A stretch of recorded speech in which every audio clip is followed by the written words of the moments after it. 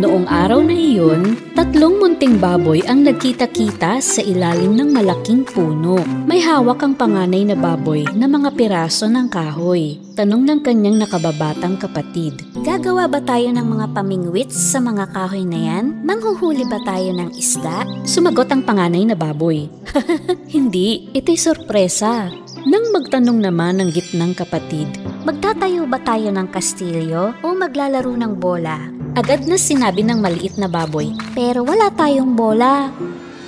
Hindi, magtatayo tayo ng bahay dito sa puno. Habang masaya ang magkakapatid sa ideyang ito, ang panganay ay agad na nagsandal ng hagdan sa puno. Isa-isa silang umakyat hanggang sa tuktok ng puno. Nagtulungan sila na ipako ang mga kahoy sa puno. Sa kabilang dako, ang malaking masamang lobo na mahimbing na natutulog, nagising siya sa ingay ng pagpupukpok. Tumayo siya, sinundan ng ingay at sinabing, "Sino ba ang nag-iingay dyan?" Habang naglalakad siya at nagrereklamo, isang piraso ng kahoy ang nahulog at natamaan siya sa ulo. Akmang sisigaw siya sa galit nang makita niya ang 3 munting baboy sa taas ng puno. "Oh, hindi ko inaasahan ito. Masarap na almusal." Sabi niya at nagtago siya. Ngunit takot ang lobo sa matataas na lugar. Walang malay sa panganib na kumpleto na ng mga munting baboy ang bahay sa puno. Gumawa pa ng sopa ang panganay sa loob. "Maupo muna tayo at makapagpahinga," sabi niya sa mga kapatid. Unang naupo ang bunsong baboy. Sunod na umupo ang gitnang kapatid. Pagkaupo ng panganay, nabigatan ng sopa at nagkalas-kalas. Nagtanong ang panganay, Ano ang ingay na yun? May inaasahan ba tayong bisita?" Kinakabahang sabi ng gitnang baboy, "Naku, sa tingin niyo ba yun ang lobo?" Tapos ay buong tapang na binuksan ng panganay ang pinto. Nang wala siyang makita sa labas, sinara niya uli ang pinto. Tapos ay umalingaw-ngaw sa loob ang boses ng lobo na kakilakilabot. "Hoy, pigis! Buksan niyo ang pinto at papasukin ako. Kung hindi, hihipan ko at mawawasak ang bahay niyo." Sumigaw ang maliit na baboy, "Matibay ang bahay namin. Hindi mo ito masisira." Kahit na malulain ang lobo, umakyat siya hanggang sa pinakataas para hulihin ang mga baboy. Nang humihip ang lobo, nasira ang loob ng bahay. "Paano kung mahuli tayo ng lobo dito? Saan tayo tatakbo kung ganon?" Habang nag-iisip sila ng paraan para makatakas, humihip ang lobo ng mas malakas. At anong nangyari? Ang bubong ng bahay ay humiwalay at lumipad. Kumuha ang lobo ng mas maraming hangin at buong lakas siyang humihip. Malakas na bumukas ang pinto at nakapasok ang lobo. Ngunit ang mga baboy ay wala sa loob. Saan nagpunta ang mga baboy na yon? Tumakas na pala ang magkakapatid gamit ang lubid na ipinangtali ng panganay. At kinuha pa nila ang hagdanan para hindi makababa ang lobo. Ang lobo na may takot sa matataas na lugar, naiwan siyang mag-isa sa tuktok ng puno. Dahil hindi niya iniisip ang maaaring kahinatnan ng kanyang gagawin, hindi niya tuloy nahuli ang mga baboy at hindi rin makababa. Habang ang 3 munting baboy ay matiwasay na nakauwi, ang lobo ay umungol sa buong magdamag, humihingi ng saklolo.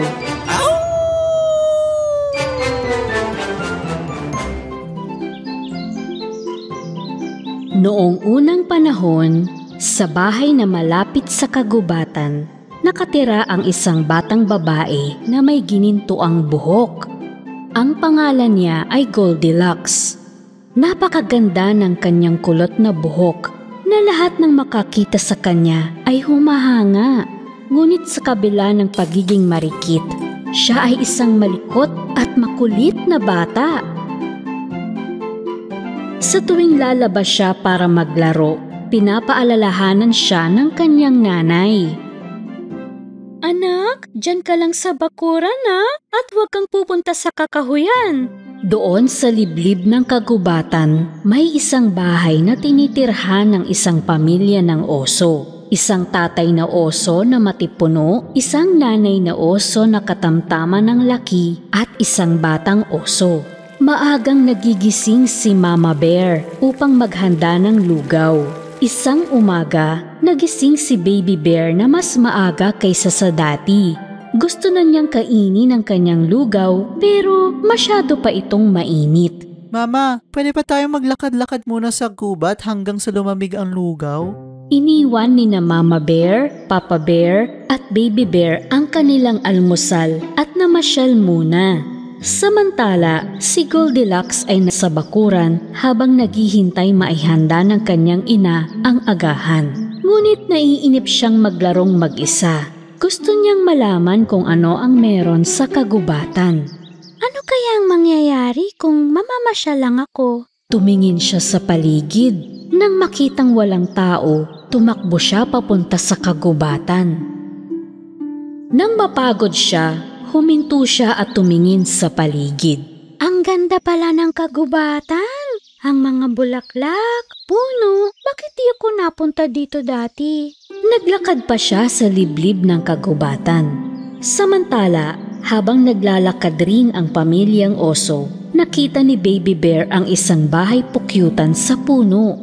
Ang laki ng bahay pukyutan! Sigurado akong puno ito ng pulot. Papa, pwede ba tayong kumain ng pulot?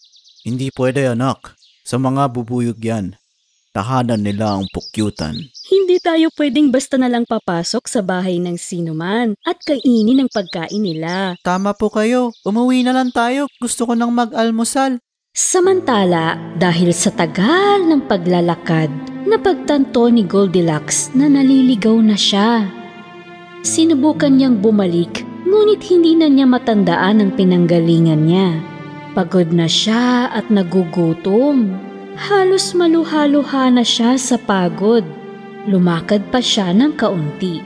At sa dulo ng daan ay natanaw niya ang bahay ng pamilyang oso sa gitna ng kakahuyan. Tahimik na lumapit siya sa bahay. Inikot niya ang paligid nito, ngunit wala siyang makitang tao. Kumatok siya sa pinto, ngunit walang nagbukas. Pagkatapos ay sumilip siya sa bintana. Nakita niya ang 3 mainit na lugaw sa mesa. Bumalik siya sa pintuan at kumatok siya ng mas malakas. Bumukas ang pinto. Tuwang-tuwa si Goldilocks. Tumingin siya sa loob at tumawag. Tao po! Nang walang sumagot, pumasok siya. Lumapit siya sa mesa na may 3 mangkok ng lugaw. Isang malaki, isang katamtama ng laki, at isang maliit. Dahil gutom na siya, gusto niyang kumain mula sa malaking mangkok. Ngunit nang sumubo siya ng isang kutsarang lugaw, napaso ang bibig niya dahil sobrang mainit pa ang lugaw. Tumikim naman siya sa mangkok na nasa gitna, pero ayaw niyang kainin ito dahil masyado namang malamig. Ay, malamig na! At sa huli ay tumikim siya mula sa pinakamaliit na mangkok.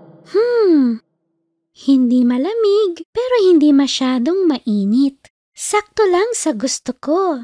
Kaya kinain niya lahat ang lugaw sa pinakamaliit na mangkok. Nang matapos niya ang agahan at pakiramdam ay busog na siya, nais niyang maupo sa harap ng tsimeneya upang magpahinga sandali. Ang isa sa 3 mga upuan ay malaki, ang isa ay katamtaman ng laki at isang maliit. Una niyang nilapitan ng malaki pero sa taas ay hindi niya ito maakyat. Sinubukan niya ang nasa gitna pero matigas naman ang upuan nito. Hindi siya komportable. Sa huli ay naupo siya sa pinakamaliit. Ang isang ito ay komportable at eksakto sa sukat niya. Ngunit nasira ang upuan at bumagsak siya sa sahig. Nagkahiwa-hiwalay ang upuan at hindi alam ni Goldilocks kung ano ang gagawin. Nagpunta naman siya sa kwarto at doon ay may 3 kama. Isang malaki, isang katamtama ng sukat at isang maliit. Una niyang hinigaan ang malaking kama. Masyadong malaki ito para sa kanya. at matigas ang higaan.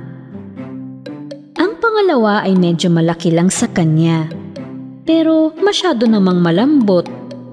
Kaya doon siya humiga sa pangatlo at pinakamaliit na kama. Ang isang ito ay eksakto sa sukat niya at napaka-komportable. Kaya doon nakatulog kaagad si Goldilocks. Habang natutulog si Goldilocks, pauwi na ang pamilyang oso. Si Papa Bear ay may dalang mga kahoy na panggatong. Sariwang prutas naman ang dala ni Mama Bear. At si Baby Bear ay hindi na makapaghintay na kainin ang lugaw niya. Nang makarating sila sa bahay, dumiretso sila sa hapagkainan. May nahalata si Papa Bear sa kanyang mangkok. May tumikim sa aking lugaw. Napatingin tuloy si Mama Bear sa kanyang mangkok.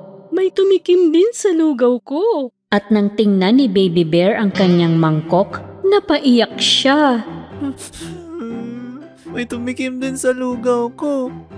Pero di lang tinikman. Inubos niya lahat.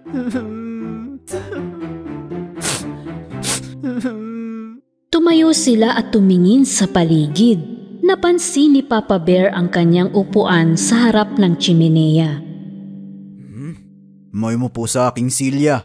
Tignan niyo, naiba ang pwesto. Tapos, si Mama Bear naman ang nagreklamo. May gumamit rin ng upuan ko. At tulad ng inaasahan, umiyak si Baby Bear sa nakita. May umupo din sa silya ko. At sinira pa to.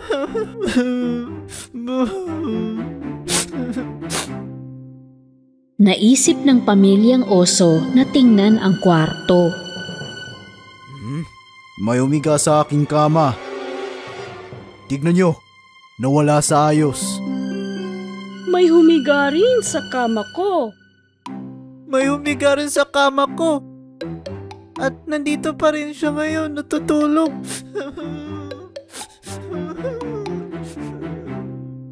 Nilapitan ni Papa Bear ang kama ni Baby Bear at nakita na talagang may natutulog sa maliit na kama.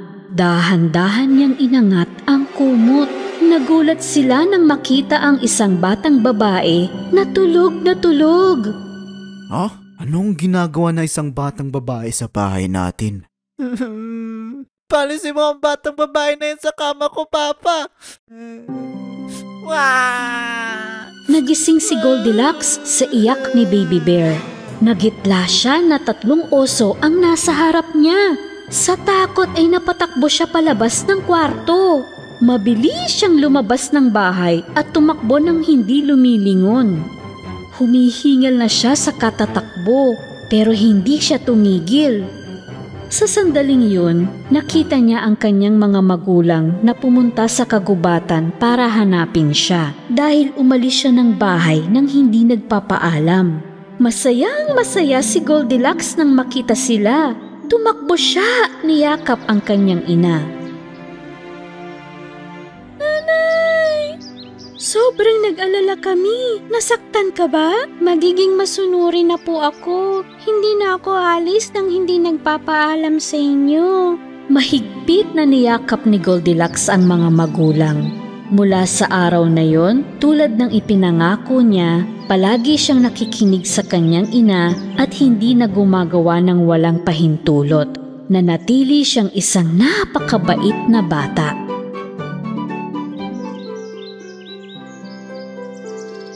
Noong unang panahon, sa isang kagubatan nakatira ang isang maliit na daga. Sa kalapit na kuweba ay may isang malaking oso na ilang buwan nang natutulog at napakalakas humilik. Isang araw, pinuntahan ng maliit na daga ang oso upang gisingin ito dahil hindi siya makatulog sa maingay na paghihilik nito.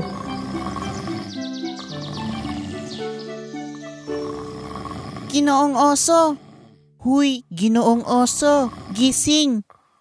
Tag-araw na po. Pwede ka nang gumising ngayon.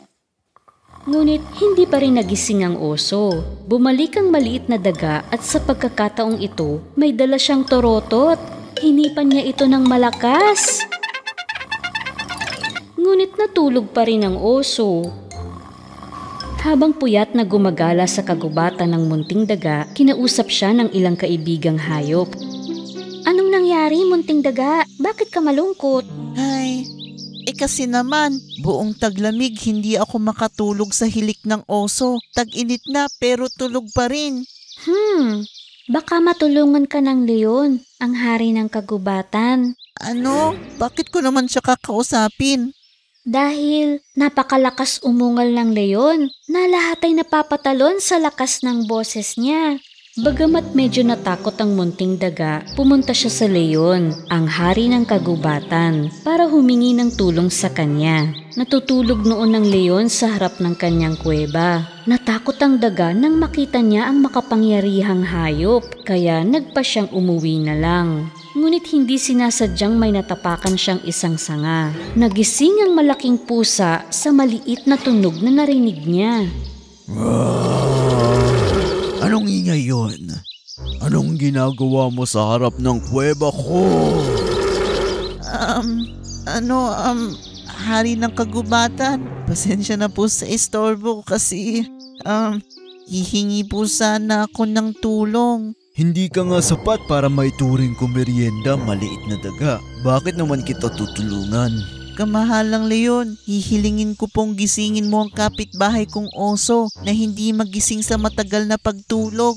Nagawa ko ng lahat para gisingin siya. At dahil maliit ako, maliit din ang boses ko. Pero isang ungal mo lang, malulutas ito. Wala akong oras para sa maliit at walang kwentang daga na tulad mo. Ako ang hari ng kagubatan. Lumayo ang leon nang hindi tinutulungan ng daga. Pumunta siya sa kung saan walang makakakita sa kanya.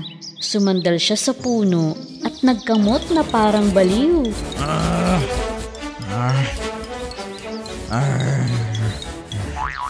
Kating-kati ang leon pero ayaw niyang may makakakita sa kanya ng ganito dahil siya ang hari ng kagubatan. Pauwi na ang malungkot na daga nang may marinig siyang paghinga mula sa liblib ng gubat. Nang mag-usisa siya sa pinanggalingan ng boses, nakita niya ang leon. Higit pa dito, kinakalkal ng leon ng sarili nang walang tigil. Agad na lumapit ang daga sa leon. Pagkakita sa kanya ng leon, tumigil ito sa pagkakamot. Ngunit ang totoo ay tinitiis niya lang ang pangangati. Ginoong leon, anong nangyayari sa'yo? Hindi ko alam, daga. Hindi ko alam. Hindi ko mapigilan ang pangangati ng likod ko. Ang kati. Wala kang nakita o narinig ngayon, daga. Nagkakaintindihan ba tayo? Tiningnang mabuti ng daga ang leon at nakita niya ang grupo ng maliliit na pulgas na nagtatalunan sa balahibo nito. Naunawaan ng daga kung bakit nangangati ang malaking pusa. May pulgas ka.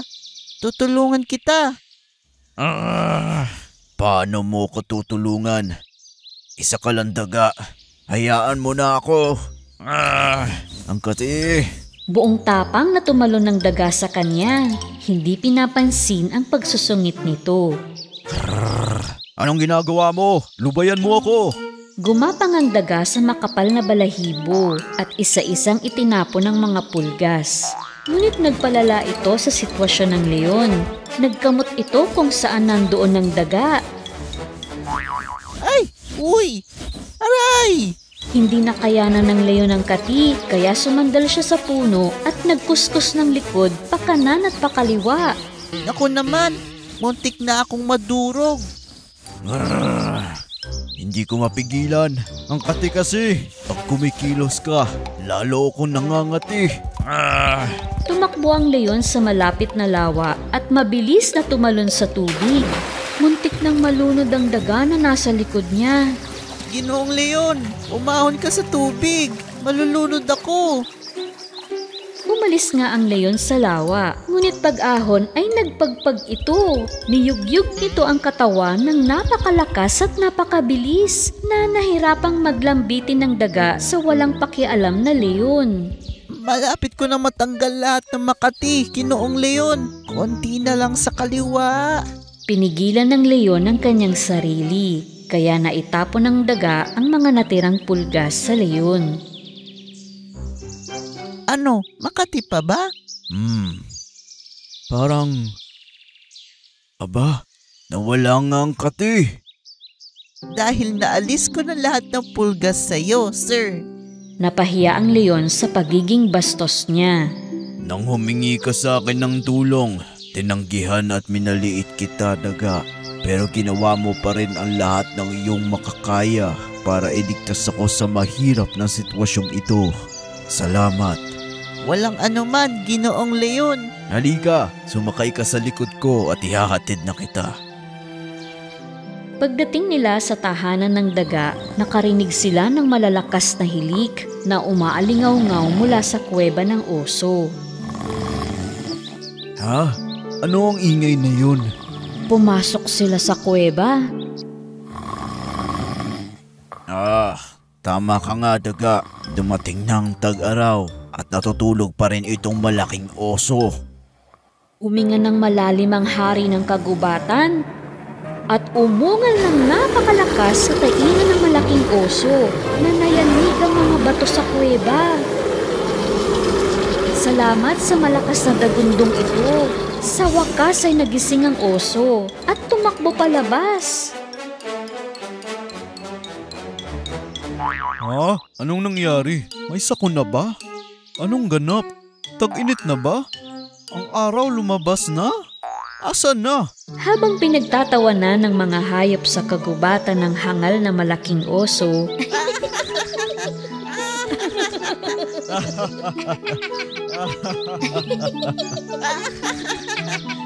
masayang-masaya naman ang munting daga na sa wakas ay tapos na ang paghihilik. Noong unang panahon, sa isang maliit na bahay sa kakahuyan, masayang naninirahan ng isang mag-iinang kambing. Ang cute ng mga munting kambing na para silang mga laruan. Mahal na mahal ng inang kambing ang kanyang 7 anak. Protektado niya sila mula sa mababangis na hayop sa gubat. Isang araw, bago siya umalis ng bahay upang maghanap ng pagkain, tinawag niya ang mga munting kambing. Mga anak, pupunta ako sa kagubatan. Huwag ninyong pagbubuksan ng pinto ang sinuman. Kung may lobo na makakapasok sa bahay, kakainin niya tayo ng buhay. Mapanling lang siya, kaya niyang magpanggap upang makapangloko. Paano po namin siya makikilala? Ang lobo ay may magaspang na boses. Ako naman ay may malambing na boses. Sa paglabas niya, may naalala ang inang kambing. Ay, sapa, ang mga paa ng lobo ay maitim at ang sa akin ay puti. Makikilala niyo rin siya sa kulay ng paa. Huwag ka pong mag-alala, nanay. Mapaprotektahan namin ang aming sarili. Maasahan mo po kami. Isa-isang hinalikan ng ina ang mga anak at nagtungo na sa kakahuyan. Mula sa malayo ay pinapanood sila ng lobo. Nang makaalis na ang inang kambing, naghintay siya sandali. Pagkatapos ay lumapit siya sa bahay at kumatok sa pinto. Sino po yan? Mga munting kambing, buksan niyo ang pinto. Narito si nanay. May dala akong pagkain. Ngunit nahalata agad ng maliliit na kambing ang magaspang na boses ng lobo. Hindi nila binuksan ang pinto. Hindi ka namin nanay. Maganda at malambing ang boses ng nanay namin. Ikaw yung lobo. Hindi mo kami malaloko. Nainis ang lobo dahil hindi niya nalinlang ang maliliit na kambing. Kaya nagpunta siya sa tindahan, bumili ng tisa at kinain ito. Medyo lumambot ang boses niya, kaya bumalik siya sa maliit na bahay at kumatok sa pinto uli. Sa pagkakataong ito, nakipag-usap ang lobo ng may banayad na boses. Mga anak, buksan niyo ang pinto. Narito si nanay. May dala akong pagkain mula sa kagubatan. Nang marinig ang malambing na boses, naisip nila na baka ito na ang kanilang nanay. Pagbubuksan na sana siya ng pinto nang sumigaw ang isa sa kanila. Teka, tingnan natin ang paan niya sa ilalim ng pinto. Nang sumilip sila sa ilalim ng pinto, nakita nila ang itim na mga paa ng lobo. Sumagot sila nang hindi binubuksan ang pinto. Hindi ka namin pagbubuksan ng pinto. Hindi itim ang mga paa ng nanay namin. Puti sila. Ikaw ang lobo. Galit na umalis ang lobo. Nagpunta naman siya sa panaderya. Nagulat ang panadero nang makita ang lobo sa harapan niya. Vegetarian na ako ngayon. Tinapay na ang kinakain ko. Maaari mo ba akong bigyan ng harina? Lumabas ang lobo sa panaderya na may dalang maliit na sako ng harina.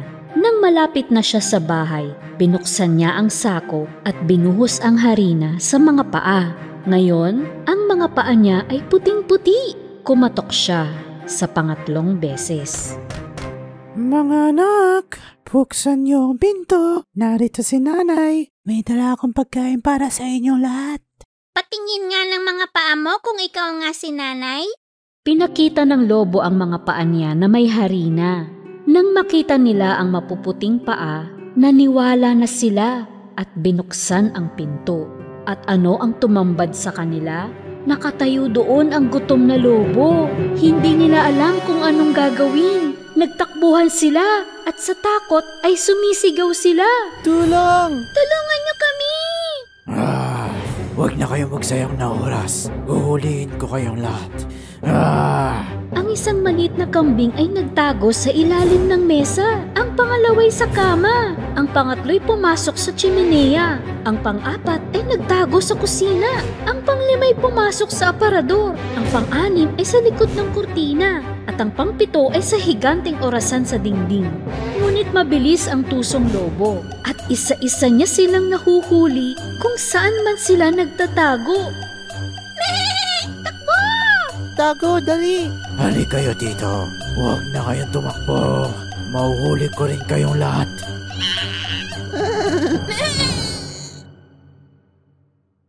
Busog na siya kaya sumuko na siya sa paghahanap at lumabas na. Ang isa na hindi niya natagpuan ay ang nagtatago sa orasan. Doon sa malaking bakuran na hindi masyadong malayo sa maliit na bahay, nahiga ang lobo sa ilalim ng isang puno. At nakatulog siya. Naghihilik pa.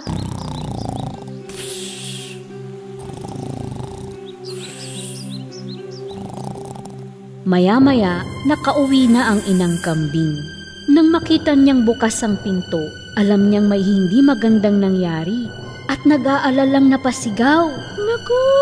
Ang mga anak ko! Pagpasok niya sa bahay, ay nasindak siya. Nakabuwal ang mesa at mga upuan. Punit ang kurtina, magulo ang kama, at nasa sahig ang mga unan at sapin. Hinanap niya ang maliliit na kambing, ngunit wala sila kahit saan. Tinawag niya ang mga pangalan nila, ngunit walang sumagot. Sa wakas nang tawagin niya ang huling pangalan, saka lang siya nakarinig ng munting tinig. Nasa loob ako ng orasan ni Lola, Mami. Tumakbo ang nanay sa malaking orasan at nilabas ang kanyang anak doon. Nagyakapan ng mag-ina. Umiiyak na kinuwento ng munting kambing ang pangyayari. Nagpanggap ang lobo. Akala namin ikaw kaya binuksan namin ang pinto. Kinain ng lobo ang lahat ng mga kapatid ko.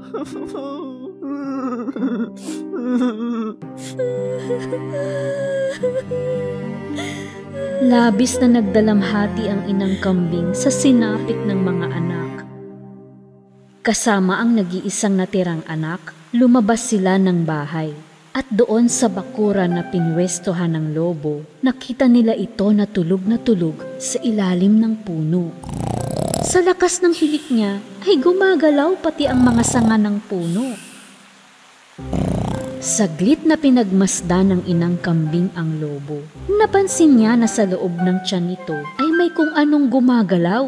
Mahabaging Diyos! Buhay pa kaya ang mga anak ko sa tiyan niya? Nakaisip siya ng plano at inutusan ang bunsong anak. Tumakbo ka sa bahay at kunin mo ang karayom, sinulid at gunting. At kasabay nun ay nangolekta naman ng ina ng 6 na malalaking bato sa paligid. Pagbalik ng maliit na kambing, Ginamit ng inang kambing ang malaking gunting upang hiwain ang tiyan ng lobo. Nakita niya agad ang isa sa kanyang mga anak at paisa-isang naglabasa ng mga maliliit na kambing. Lahat sila ay buhay at malusog. Tuwang-tuwa ang inang kambing. Niyakap ng mga munting kambing ang inang sumagip sa kanila. Nanay! Nanay, mahal ka namin! Mahal ka namin! Lahat sila ay puno ng kagalakan. Aking mga munting kambing, ligtas na kayo. Maingat na nilagay ng inang kambing ang tinipong mga bato sa loob ng lobo. Pagkatapos ay tinahini ang tiyan nito gamit ang karayom at sinulid. Sobrang lalim ng pagkakatulog ng lobo na di niya ito nararamdaman. Ni hindi nga siya gumagalaw. Tahimik namang lumayo ang mag-iinang kambing. Nang magising ang lobo, saka lang niya naramdaman ang masakit na tiyan. Naisip niya na baka ito ay dahil sa napakaraming kambing na nakain niya. Nauuhaw siya, kaya pupunta siya sa ilog para uminom ng tubig. Habang naglalakad, nag-uumpugan ng mga bato. Ay, ang bigat ng tiyan ko. Para bang lahat ng kambing na nakain ko ay naging bato. Para makainom ng tubig, kailangan niyang lumuhod. Pero dahil sa sobrang bigat ng mga bato, nawalan siya ng balanse at nalaglag sa tubig. Tulungan niyo ako. Nalulunod ako. Tulong. Sumisigaw siya pero walang tumulong sa kanya. Hindi na niya nakayanan ang bigat ng mga bato, kaya lumubog siya sa malalim na ilog. Nang makita ng mag-iina ang nangyari, tumakbo sila sa ilog. Hindi na siya lumutang! Wala na ang lobo, mabuti nga. Wala na tayong problema! Patay na ang lobo. Hawak-hawak ng kamay, nagsayawan sila at nagtalunan. Mula sa araw na yon, masaya at tahimik na namuhay ang mag-iinang kambing sa kanilang maliit na bahay sa kakahuyan. Isang araw, ang maliit na baboy na si Gurki ay malungkot na nakaupo sa hardin. Nilapitan siya ng panganay na kapatid na si Porky. Anong problema, Gurki? Bakit ka malungkot? Naiinip kasi ako, Kuya Porky. Wala akong maisip na pwedeng gawin. Ay. Teka, may naisip akong magandang ideya. Ano yun, Kuya? Maglaro sa putikan? Ayoko nun eh. Hindi, nung bata kasi ako tulad mo, pumunta ako sa tinatawag na lungsod. May malaking karnabal doon na maraming pailaw. Gusto mo punta tayo dun? Sa sandaling iyon, nakarinig sila ng kaluskos. Natakot sila nung una, pero nagpatuloy lang sila sa pagkukwentuhan. Yehey! Pupunta kaming karnabal! Narinig ng gitnang kapatid na si Torky ang kagalakan ni Gurki, kaya sasama rin siya sa kanila. Sa sandaling iyon, nakarinig sila ulit ng kaluskos. Hindi nila napansin na nakikinig sa kanila ang lobo sa likod ng mga palumpong. Pupunta kayo sa lungsod at magsasaya sa karnabal, ha? E di huhulihin ko kayo sa daan at ipapakita ko sa inyo kung paano magsaya. Pero medyo malayo at delikado ang daan. Mag-iingat tayo at poprotektahan natin ang ating sarili. Sige na, Kuya, tara na! Kaya umalis patungo sa lungsod ang tatlong munting baboy. At agad namang sinundan sila ng masamang lobo. Mahaba ang nilakbay nila sa kagubatan, kaya pagod na pagod sila. Kanina pa tayo naglalakad. Ang sakit na ng paa ko. Pahinga muna tayo. Tulong-tulong na gumawa ng tolda ang magkakapatid, nagawa sa dahon at mga sanga ng puno. Doon sila natulog ng mahimbing. Sa kabilang banda, ang lobo na sinusundan ng pang-amoy niya sa mga baboy ay naglalakad pa rin. Nasaan ang mga baboy na yon? Pagkalipas ng ilang oras, nagutom ang maliit na baboy. Lumabas siya ng tolda para maghanap ng pagkain. Hindi na niya inistorbo ang pahinga ng mga kapatid. May nakita siyang puno ng mansanas. Inakyat niya ito at akmang pipitas na siya ng mansanas. Biglang sumulpot ang lobo. Ito ba ang gusto mo, munting baboy? Tulong! May lobo! Muntik nang mahuli ng lobo si Gurki. Nakawala lang ito sa mga bisig ng lobo at nakatakbo sa kanyang mga kapatid. Mga kuya, gising na! Nandito ang lobo! Nasa labas ang lobo! Nagyakapan ng 3 munting baboy sa takot. Papasukin niyo ako dyan sa loob, mga pigis. Kung hindi ay hihipan ko ng hihipan ang inyong tolda. Walang magagawa ang ihip mo. Matibay ito. Pagkasabi nito, hinipan nga ng lobo ang tolda at nawasak ito. Nasindak ang 3 munting baboy. Ahahaha. Paano na kayo ngayon, mga baboy?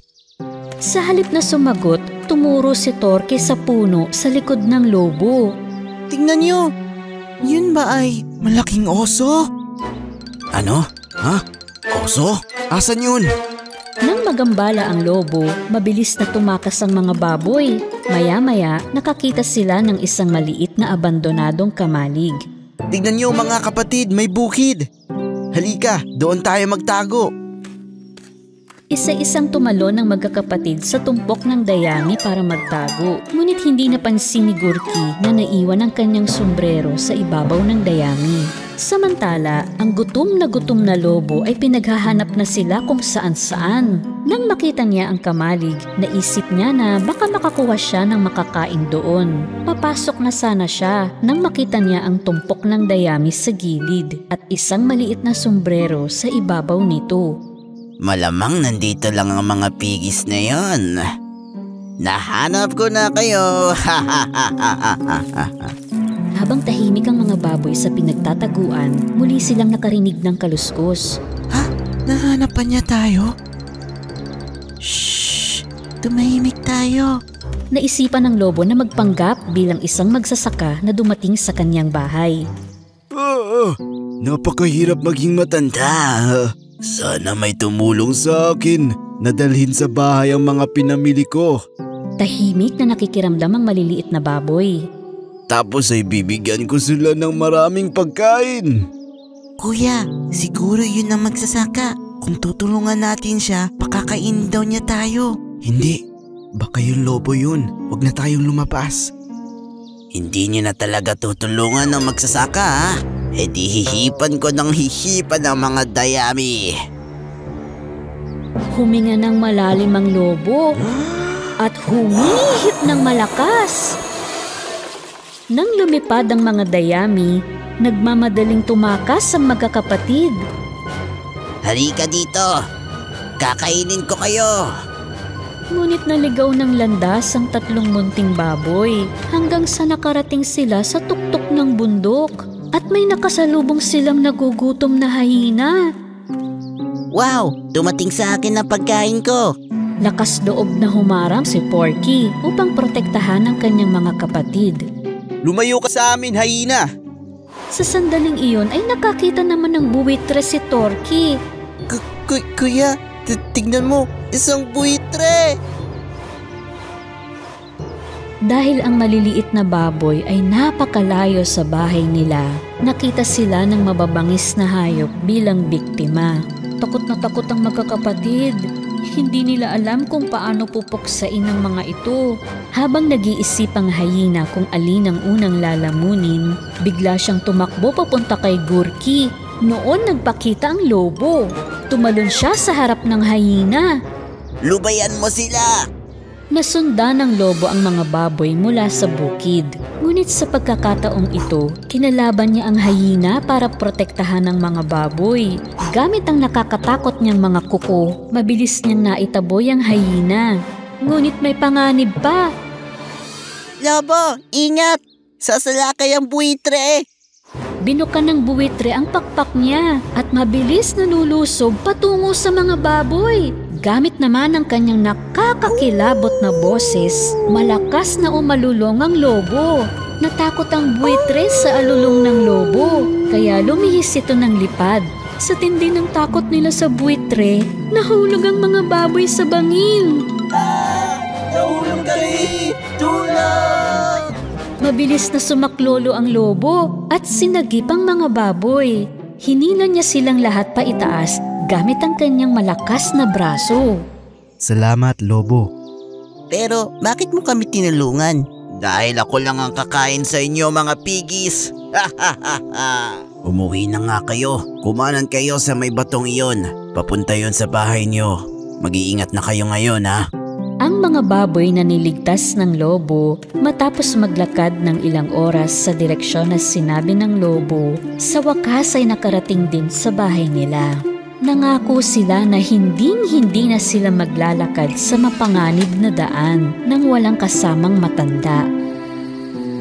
Kinabukasan, may kumatok. Piggies, pagbuksan at papasukin niyo ako. Kung hindi ay hihipan ko ng hihipan ang bahay niyo. Sa bilang ng 3. Alam mong hindi mo na kayang sirain to. Hindi kayo naniniwala? 1, 2, 3. Mula nung mapanganib na araw na iyon, ang 3 munting baboy at ang masamang lobo ay naunawaan ang kahalagahan ng sama-samang paglaban sa panganib at ipinagpatuloy nila ang buhay na masaya. Au!